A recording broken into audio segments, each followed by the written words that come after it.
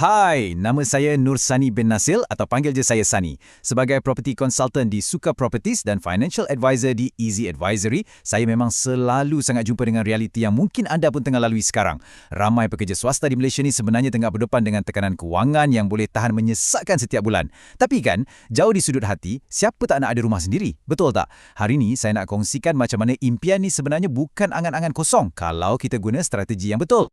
Pernah tak anda rasa macam gaji masuk hari ni tapi ibarat singgah minum air je? Lepas tu lesap. Di atas kertas, gaji tu nampak selesa.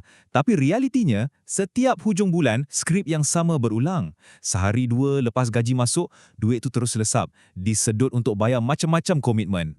Dan komitmen-komitmen inilah sebenarnya perangkap kewangan yang sangat berat.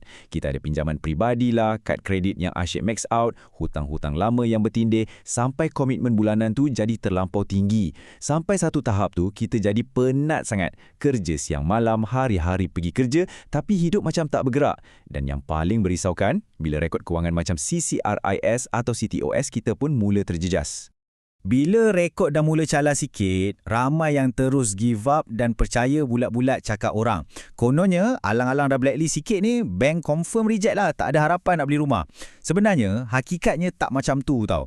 Ramai sangat pekerja swasta yang masih ada peluang. Hari ni, saya nak kita ubah sikit cara kita berfikir. Hartanah ni bukan semata-mata beli rumah untuk duduk, tapi ia sebenarnya satu alat yang cukup strategik untuk kita susun dan bina balik kestabilan kewangan kita.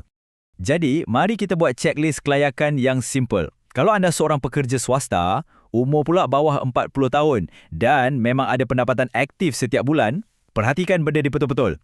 Kalau anda ada rekod blacklist sekalipun, asalkan jumlah tu bawah daripada RM40,000, anda mungkin masih layak. Ya, betul tu. Anda masih ada peluang yang sangat cerah untuk miliki hartanah yang siap boleh bagi aliran tunai lagi. Tapi kan, saya tahu mesti ada yang cakap, Sani, macam mana nak beli rumah kalau nak makan pun ngam-ngam? Ini kan pula nak kumpul simpanan berpuluh ribu. Jujur saya cakap, ini memang kerisauan paling komen. Tapi jangan risau, solusinya ada pada konsep Zero Upfront. Konsep ni bagi peluang untuk anda miliki rumah tanpa perlu keluarkan modal awal yang besar pun, sampailah anda dapat kunci rumah. Maksudnya, cash flow bulanan anda sekarang ni takkan terganggu langsung dan anda tak akan rasa tercekik dekat peringkat awal. Sekarang, cuba anda bayangkan angka ni. RM100,000. Bunyi macam tak masuk akal kan? Tapi sebenarnya, sesetengah projek hartanah sekarang memang ada tawarkan peluang cashback atau pulangan tunai sampai RM100,000. Inilah game changer sebenar untuk ramai pembeli rumah hari ini. Jumlah yang besar ni, kalau kita guna betul-betul, ia ibarat talian hayat kewangan yang sangat-sangat berkuasa. Tapi, apa kita nak buat dengan cashback sebanyak tu? Nak pergi bercuti sakan ke? Bukan. Kita kena jadi bijak sikit.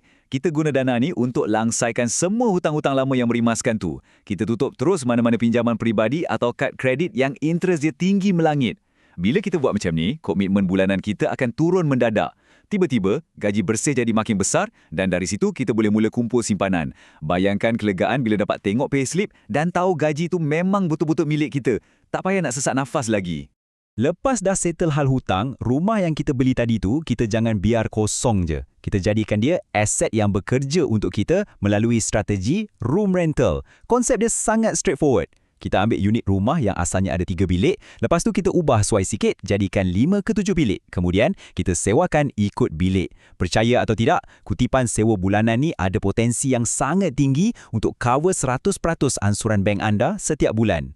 Jadi, dekat sini, wujudnya satu kesimpulan yang sangat penting. Ramai orang kat luar sana takut nak beli rumah sebab diorang fikir, alah, beli rumah ni tambah hutang baru je lah. Sebenarnya, strategi yang betul bukanlah tentang menambah beban hutang baru. Strategi yang betul adalah macam mana kita gunakan hartanah tu secara bijak sebagai platform untuk bina aset. Dan paling penting, menstruktur semula kewangan kita. Bila kewangan dah makin stabil, rekod kredit anda tu secara automatik akan cantik semula secara berperingkat. Inilah sebenarnya magic hartanah yang tak ramai orang nampak. Dan di sinilah saya sedia untuk bantu anda. Kepakaran saya memang fokus untuk tolong anda dari awal. Kita mula dengan buat semakan kelayakan yang betul-betul teliti. Lepas tu kita duduk dan rangka strategi macam mana nak beli rumah. Dan saya akan cadangkan hartanah mana yang memang ada potensi bagi cash flow yang positif. Bukan tu je, saya siap akan bimbing anda bab strategi ubah suai dan macam mana nak urus sewaan bilik. Pendek kata, saya akan temani anda lalui proses ni dari A sampai Z. Jadi, pesanan ikhlas saya, kalau anda seorang pekerja swasta yang rasa tertekan dengan bebanan kewangan sekarang ni, tolonglah jangan cepat sangat beranggapan yang semuanya dah terlambat. Belum lagi. Kadang-kadang, kita cuma perlukan strategi dan bimbingan yang betul je. Anda boleh terus layari sunnyrealtor.net dan hubungi saya. Kita buat simakan kelayakan dulu. Siapa tahu kan, satu tindakan yang betul hari ni mungkin jadi titik permulaan untuk kehidupan kewangan yang lebih tenang, stabil dan bahagia untuk anda serta keluarga. Pilihan di tangan anda. Terima kasih banyak-banyak.